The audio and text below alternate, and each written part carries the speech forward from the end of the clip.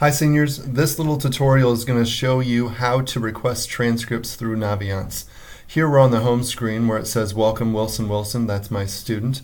We're going to want to go to colleges I'm thinking about, and the last time we met with you, you should have added 1 or 2 colleges to the list of colleges you're thinking about.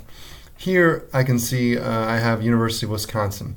What we want to do is we're going to check this box here to the left of that, and we're going to move it to the application list.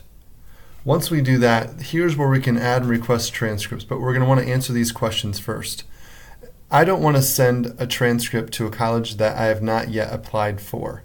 So in this instance, Wilson Wilson has already submitted their application. I'm going to check that box, and I'm going to add and request transcripts be sent to Wisconsin. They'll ask you what type of transcript are you requesting. I'll go ahead and hit initial to the University of Madison, Wisconsin, and you'll want to double check that that is accurate. Request and finish, and it'll take you into the confirmation page. It's already successfully added that transcripts be sent. Here where it says office materials, this shows all of my pending transcripts. Be sure to come back and check this frequently.